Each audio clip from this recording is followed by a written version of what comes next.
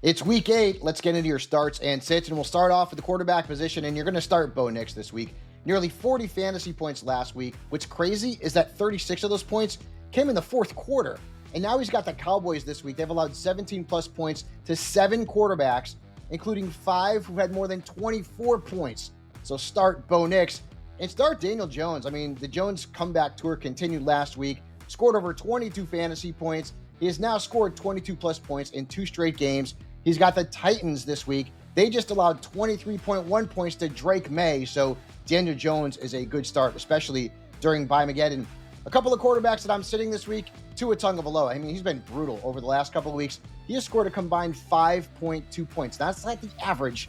That's the combined number of points he has scored. And now he's got Atlanta, and they've held all but one quarterback, including Josh Allen, to fewer than 17 fantasy points in 7 games this year. So I'm sitting Tua, and I'm sitting CJ Stroud. I mean, he's been better lately, 18-plus points in 2 of his last 3 games. But the Niners defense, even though it's banged up, has allowed fewer than 15 fantasy points to 4 quarterbacks, including Kyler Murray, Trevor Lawrence, and Sam Darnold. Remember, Nico Collins is banged up, so CJ Stroud is a fade. Moving on to the running back position and DeAndre Swift. This guy has been on absolute fire over the last 2 weeks. He's averaging over 7 yards per rush, and he has scored a combined 46.3 fantasy points in that time. And this week, he's got the Ravens. They've given up double digits to 9 different running backs this year, including 3 who've scored more than 21 fantasy points. So DeAndre Swift is a good start, and so is Cam Skattebo. I mean, he has turned into quite the find from a fantasy perspective. He's seen a 42% touch share over the last 4 weeks, and during that time, he's averaging over 19 points per game. And in one of those games against the Eagles, who he faces this week, Skattebo scored 31 points. So make sure he is in your starting lineup. Among the running backs I'm sitting, and I get it, it's Buymageddon. You probably can't sit Alvin Kamara, and you may look at the matchup and think, wait a minute, the Buccaneers are bad against running backs. But keep this in mind.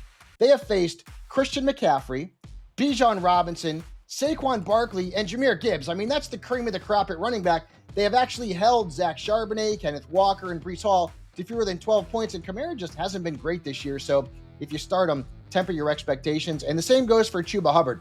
Now, he did start for the Panthers last week, but he was far worse than Rico Dowdle. He averaged 2.2 yards per rush, which is absolutely terrible. And while this week's matchup against Buffalo is actually good on paper, Buffalo has faced Derrick Henry, Bijan Robinson, and Devon Achane. So they faced some really good running backs too. So Hubbard is a risk-reward flex starter at best this week. Moving on to the wide receivers and Odunze. And listen, I was wrong about him last week. I thought he'd have a big game. He did not. But I'm still starting him against the Ravens. Through their first 6 games, they've given up double digits to 11 wide receivers, and 5 have scored more than 16 points. So keep Odunze in your lineup and start Courtland Sutton. I mean, this is all about the matchup against the Dallas Cowboys. Their defense has allowed 15-plus fantasy points to 7 wide receivers. 3 have had more than 28 points, and 1 had almost 38. So the Cowboys are very vulnerable. Start Courtland Sutton. He is a must-start this week. Among the wide receivers, I'm sitting or at least tempering my expectations, and I have George Pickens on this list. And I get it. Listen, I have to start him too, but look at the matchup. Denver's defense has allowed the fewest points per game to perimeter receivers, and they've also held Jamar Chase, A.J. Brown, Garrett Wilson, Ladd McConkey, and T. Higgins to single digits. So if you have to start Pickens, temper your expectations. And the same goes for Jaylen Waddle, who had a stinker last week. 2.5 fantasy points and a loss to the Browns. And this week's matchup is not good against Atlanta. They've allowed just 81 receiving yards per game to perimeter receivers. So Waddle, even though he's seeing targets, is a risk-reward flex at best this week.